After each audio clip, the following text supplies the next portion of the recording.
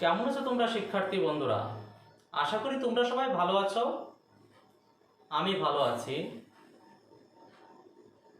আমি প্রশান্ত কুমার সেন, প্রভাষক, রসায়ন, Raipur school and college, Bagharpara, Jessore. আজ এই অনলাইন স্কুলে আমি তোমাদের একাদশ দ্বাদশ শ্রেণীর রসায়ন প্রথম পত্র এর খুব গুরুত্বপূর্ণ একটা অংশ কোয়ান্টাম সংখ্যা। এই কোয়ান্টাম সংখ্যার উপর আজ আমি তোমাদের ক্লাস নিব। এখন কোয়ান্টাম সংখ্যা কি? কোয়ান্টাম সংখ্যা প্রয়োজনীয়তাটা কি? আসলে কোয়ান্টাম সংখ্যার প্রকারভেদ কি? একটা পরমাণুকে ক্ষেত্রে এই কোয়ান্টাম সংখ্যার প্রয়োজনীয়তাটা কেমন, এই সম্পর্কে আমরা সাম্যক ধারণা এই কোয়ান্টাম সংখ্যা থেকে জানতে পারব। তাহলে আমাদের এই কোয়ান্টাম সংখ্যা সম্পর্কে আমাদের জানতে গেলে আগে জানতে হবে কোয়ান্টাম সংখ্যা কি। এখন কোয়ান্টাম সংখ্যা কাকে বলে সেটা আমরা দেখি।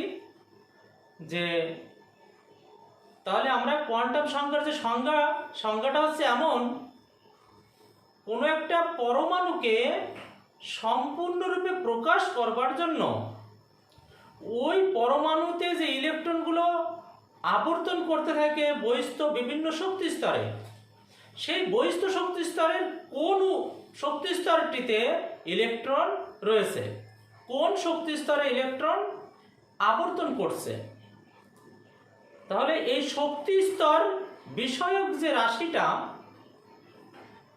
এইটা একটা কোয়ান্টাম সংখ্যাকে নির্দেশ করে। সেটা হচ্ছে প্রধান কোয়ান্টাম সংখ্যা বা প্রিন্সিপাল কোয়ান্টাম সংখ্যা। তারপরে আসি যে কোনো একটা পরমাণুর যে শক্তি স্তরটিতে আবর্তন করছিল, সেই শক্তি স্তরের কোন উপশক্তি স্তর আছে, এই উপশক্তি স্তর প্রকাশক একটা রাশি আছে। এবং তাহলে আমরা কি বললাম, যে ইলেকট্রনটি কোন শক্তি স্তরে রয়েছে, সেই শক্তি স্তরের আকার আকৃতিটা কেমন, এবং সেই শক্তি স্তরের ইলেকট্রনটা যখন আবর্তন করছে, একটা পরমাণুর নিউক্লিয়াসে যে ইলেকট্রন থাকে, পরমাণুর নিউক্লিয়াসে থাকে হচ্ছে তোমার নিউট্রন আর থাকে হচ্ছে তোমার প্রোটন, আর বাইরের বহিস্থ শক্তি স্তর থাকে ইলেকট্রন।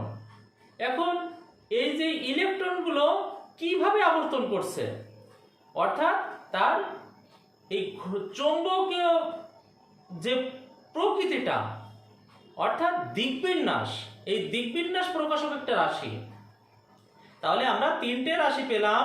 এক হচ্ছে যে শক্তি স্তর রয়েছে, সে শক্তি স্তর, ইলেকট্রনটা রয়েছে শক্তি স্তর, সে শক্তি স্তরের আকার আকৃতি এবং ওই ইলেকট্রনের দিকবিন্যাস, এই তিনটা রাশি পরস্পরের সঙ্গে সম্পর্কযুক্ত। এছাড়া চতুর্থ আরেকটা রাশি রয়েছে, সেই চতুর্থ রাশিটা হচ্ছে ওই ইলেকট্রনটার ঘূর্ণন প্রকৃতিকে প্রকাশ করে। তা আমরা কোয়ান্টাম সংখ্যার সংজ্ঞাটা এমনভাবে বলবো, কোনো পরমাণুর ইলেকট্রনটি যে শক্তি স্তর আছে, সেই শক্তি স্তরের আকার আকৃতি, সেই ইলেকট্রনের দিকবিন্যাস এবং ঘূর্ণন প্রকৃতি, এই চারটা রাশিকে একত্রে বলা হয় কোয়ান্টাম সংখ্যা। তাহলে কোয়ান্টাম সংখ্যা কাকে বলে আমরা জানতে পারলাম। এবারে সেই কোয়ান্টাম সংখ্যার শ্রেণী বিভাগ। কোয়ান্টাম সংখ্যা শ্রেণী বিভাগ এখানে আমরা লিখেছি, দেখো যে 1 নম্বরে হচ্ছে প্রধান কোয়ান্টাম সংখ্যা, 2 নম্বরে সহকারী কোয়ান্টাম সংখ্যা, 3 নম্বরে চৌম্বকীয় কোয়ান্টাম সংখ্যা, 4 নম্বরে ঘূর্ণন কোয়ান্টাম সংখ্যা। তা এই কোয়ান্টাম সংখ্যার চারটা যে কোয়ান্টাম সংখ্যার বর্ণনা দেয়া, এদের সম্পর্কে আমরা বর্ণনা এখন পাবো। আসলে এ সম্পর্কে আমরা সাম্যক একটা ধারণা এখন পেয়ে যাব। তাহলে প্রধান কোয়ান্টাম সংখ্যা কাকে বলে? প্রধান কোয়ান্টাম সংখ্যা কোন পরমাণুর ইলেকট্রনটি যে শক্তি স্তরে অবস্থান করে আবর্তন করতে থাকে, সেই শক্তি স্তর প্রকাশক রাশিকে বলা হয় সহকারী প্রধান কোয়ান্টাম সংখ্যা বা প্রিন্সিপাল কোয়ান্টাম সংখ্যা। এই সব প্রধান কোয়ান্টাম সংখ্যাকে n দ্বারা প্রকাশ করা হয়। n সমান হতে পারে 1 2 3 4 ইত্যাদি হতে পারে। তাহলে প্রধান কোয়ান্টাম সংখ্যাকে n দ্বারা প্রকাশ করা হয়, প্রধান কোয়ান্টাম সংখ্যাকে 1 2 3 4 ইত্যাদি দ্বারা প্রকাশ করা যায়। এখন এদেরকে আবার প্রকাশ করবার জন্য যদি কিনা প্রধান কোয়ান্টাম সংখ্যার মান 1 হয়, তাকে আমরা k সেল দ্বারা k দ্বারা প্রকাশ করতে পারি। যদি 2 হয় l দ্বারা, 3 হলে m দ্বারা, 4 হলে n দ্বারা ইত্যাদি দ্বারা আমরা এদেরকে প্রকাশ করতে পারি। তাহলে একটা শক্তি স্তরে কতটি ইলেকট্রন থাকতে পারে আমরা একটা সাম্যক ধারণা এখান থেকে পাবো। সেটা হচ্ছে এই সূত্র 2n স্কয়ার 2n স্কয়ার।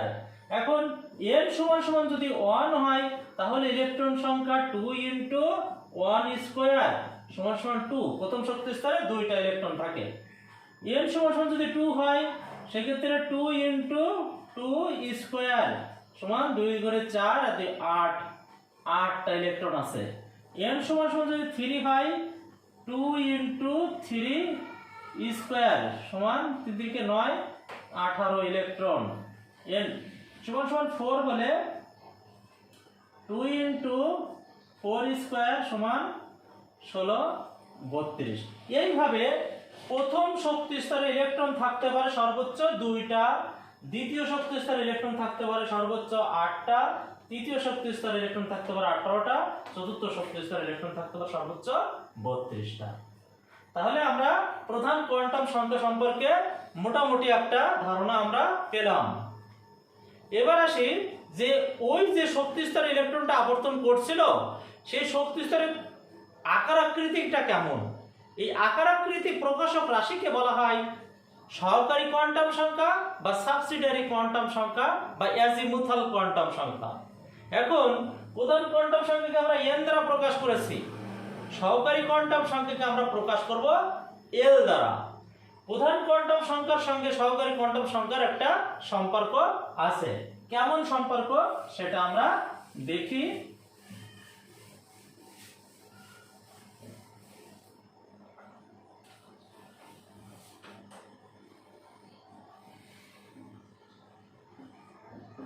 সহকারী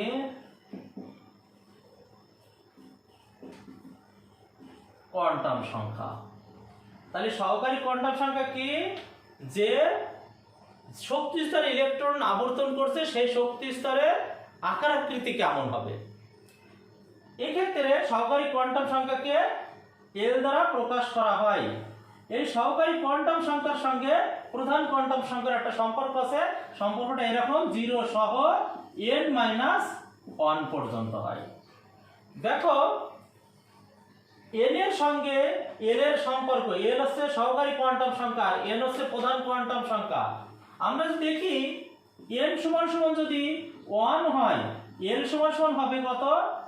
0 হবে n- অর্থাৎ 1 - 1। l সমান সমান যদি 2 হয় l সমান সমান কত হবে? বলছে 0 সহ n-1। তাহলে 0 হচ্ছে আর হচ্ছে n- অর্থাৎ n সমান সমান 2, 2 - 1 করলে আমরা 1 পাচ্ছি। n সমান সমান যদি 3 হয় n সমান সমান হবে কত? 0 হবে, 1 হবে আর 2 হবে। n সমান সমান যদি 4 হয় n সমান সমান হবে 0, 1, 2 এবং 3। দেখো এইখানে আমরা যেমন সব প্রধান কোয়ান্টাম সংখ্যাকে 1 2 3 4 k l m n ইত্যাদি দ্বারা প্রকাশ করেছিলাম, সহকারী কোয়ান্টাম সংখ্যাকে আমরা প্রকাশ করব যে l সমান সমান যদি 0 1 2 3 একে আমরা প্রকাশ করব s p d f, s p d f। এই s দ্বারা প্রকাশ করা শার্প বা তীক্ষ্ণ বা প্রখর, p হচ্ছে প্রিন্সিপাল, d হচ্ছে ডিফিউজ মানে পরিব্যাপ্ত আর f হচ্ছে ফান্ডামেন্টাল অর্থাৎ মৌলিক। তাহলে এল এর মান যখন 0 হচ্ছে, এল এর মান যখন 0 হয়েছে এটা এস অরবিটাল। এল এর মান যখন 1 পর্যন্ত এসছে অর্থাৎ সেই ক্ষেত্রে আমরা দ্বিতীয় শক্তি স্তরে কি কি থাকবে, এস থাকবে আর পি থাকবে। এল এর মান যখন 3 হচ্ছে তাহলে কি আছে, S P D, S P D. L এর মান যখন 4 হচ্ছে এস পি ডি এফ। কেমন হলো, প্রথম শক্তি মানে যে প্রথম শক্তি স্তর নম্বর 1 সেখানে শুধুমাত্র একটা অরবিটাল থাকবে, সেটা হচ্ছে এস। যখন দ্বিতীয় শক্তি স্তর আসবে তখন দুইটা উপশক্তি স্তর আসবে, একটা হচ্ছে এস আর একটা পি। তৃতীয় উপশক্তি স্তরের জন্য পাবো আমি, তৃতীয় শক্তি স্তরের জন্য তিনটা উপস্তর আছে, একটা আছে এস, একটা আছে পি, একটা আছে ডি। আর চতুর্থ শক্তি স্তরে মোট উপস্তর আছে 4টা, এস পি ডি এবং এফ। তাহলে আমরা এখান থেকে সহকারী কোয়ান্টাম সংখ্যা সম্পর্কে যে ধারণাটা পেলাম সেটা হচ্ছে প্রধান কোয়ান্টাম সংখ্যার সঙ্গে কিন্তু এটা রিলেটেড। কেমন, এল সমান সমান হবে 0 সহ n-1। এবং এই সহকারী কোয়ান্টাম সংখ্যার মাধ্যমে আমরা জানতে পারি যে এক একটা শক্তি স্তরে কতগুলো উপশক্তি স্তর আছে, সেই উপশক্তি স্তরগুলো সম্পর্কে সম্যক ধারণা আমরা সহকারী কোয়ান্টাম সংখ্যার মাধ্যমে পেতে পারি। 3 নম্বর ছিল চৌম্বকীয় কোয়ান্টাম সংখ্যা বা ম্যাগনেটিক কোয়ান্টাম সংখ্যা। এই চৌম্বকীয় কোয়ান্টাম সংখ্যা সম্পর্কে আমরা এখন দেখব চৌম্বকীয়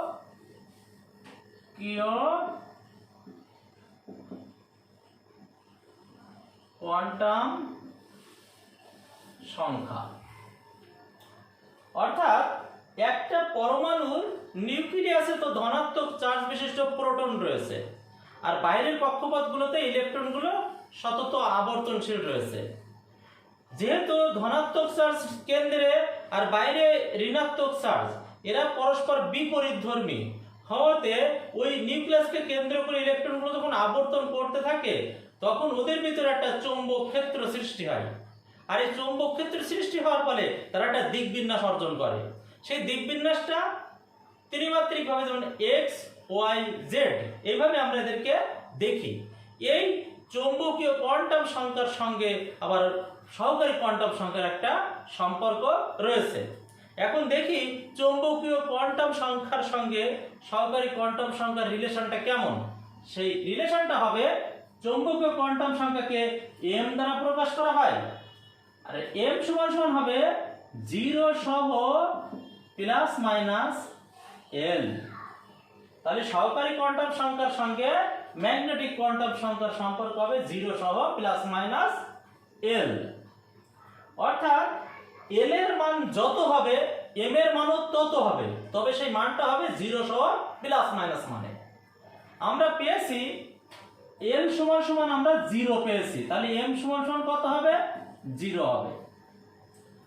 এল সমান সমান আমরা 1 পেয়েছি, এম সমান সমান কত হবে, -1 0 প্লাস 1। কারণ কি বলা হচ্ছে, এল এর মান যত হবে এম এর মানও তত হবে, তবে সেই মানটা অবশ্যই 0 সহ প্লাস মাইনাস মান পর্যন্ত হবে। দেখো এল এর মান 1 হয়েছে, তাহলে এম এর মান 0, এদিকে -1 এদিকে +1, 0 সহ প্লাস মাইনাস মান পর্যন্ত আমরা পেলাম। এল সমান সমান যদি 2 হয়, এম সমান সমান কত হবে, -2 -1 0 +1 এই +2। একইভাবে এল সমান সমান 3 হলে এম সমান সমান আমরা পাবো -3 -2 -1 0 +1 +2 এই +3। দেখো এবার আমরা অনেক সময় যেমন পড়তে গিয়ে যেমন পি অরবিটাল যে 3টা, এই পি অরবিটাল 3টা তারা কোন ভাবে আবর্তন করছে, তাদের আসলে আকৃতিটা কেমন হচ্ছে সে সম্পর্কে সম্যক ধারণা এখন আমরা পেয়ে যাব। কিভাবে পাবো, এস অরবিটাল কয়টা, এস এখানে এল সমান সমান 0 মানে কি, আমরা একটু আগেই দেখলাম যে এল সমান সমান যখন 0 1 2 3 হয়েছে এস পি ডি এফ, তাহলে জিরোর জন্য কোন অরবিটাল হচ্ছে? এটা এস অরবিটাল হচ্ছে। তাহলে এস অরবিটাল কয়টা? এস অরবিটাল একটা। এবার আসি, যখন এই এল সমান সমান এই যে 1 হয়েছে, এটা পি অরবিটাল হয়েছে। পি অরবিটাল কয়টা? পি অরবিটাল দেখো এখানে আমরা দেখি -1 0 +1 আলাদা আলাদা হবে। -1 এর জন্য একটা পি অরবিটাল হবে, 0 এর জন্য একটা পি অরবিটাল হবে, আর +1 এর জন্য একটা পি অরবিটাল হবে। অর্থাৎ এটাকে আমরা এইভাবে দেখাইতে পারি এরকম যে px একটা অরবিটাল, py একটা অরবিটাল, আর pz একটা অরবিটাল। দেখো এইখানে আমরা 2 কার জন্য পাচ্ছি? 2 পাচ্ছি d এর জন্য। তাহলে d অরবিটাল কয়টা? d অরবিটাল 5টা। সেই 5টা দেখো, এই একটা, এই -2 এর জন্য একটা, -1 এর জন্য একটা, 0 এর জন্য একটা, +1 এর জন্য একটা, এবং d এর জন্য একটা। অর্থাৎ এখানে আমরা দেখি যে এটা dxy, dyz, dzx, dx² y² আর dz²। এইভাবে আমরা দেখি 5 প্রকার ডি অরবিটাল রয়েছে। সেম ভাবে আমরা দেখি যখন l সমান সমান 3 হয়েছে, l সমান সমান 3 হলে f অরবিটাল আমরা পেয়েছি, আর এটা হয়ে যাচ্ছে f অরবিটাল। তাহলে f অরবিটালের জন্য কতটি অরবিটাল? f এর জন্য এখানে কয়টা অরবিটাল রয়েছে? 1টা 2টা 3টা 4টা 5টা 6টা 7টা। এখন এক একটা অরবিটালে কয়টা করে ইলেকট্রন থাকতে পারে? যেমন s অরবিটালে 2টা ইলেকট্রন থাকতে পারে, কারণ প্রতিটা অরবিটালে সর্বোচ্চ 2টা করে ইলেকট্রন ধারণ ক্ষমতা রয়েছে। তাহলে s অরবিটালে 2টা, অর্থাৎ একটা অরবিটাল রয়েছে। p অরবিটাল 3টা, এর 3 দুগুণে 6টা ইলেকট্রন ধারণ করতে পারে। d অরবিটাল 5টা, 5 গুণ 2 10টা ইলেকট্রন ধারণ করতে পারে। f অরবিটাল 7টা, এক্ষেত্রে 7 দুগুণে 14টা ইলেকট্রন ধারণ করতে পারে। তাহলে এইভাবে আমরা ম্যাগনেটিক কোয়ান্টাম সংখ্যার ধারণা পেতে পারি। এরপর আসি যে চতুর্থ যে কোয়ান্টাম সংখ্যাটা, সেটা হচ্ছে স্পিন কোয়ান্টাম সংখ্যা বা ঘূর্ণন কোয়ান্টাম সংখ্যা।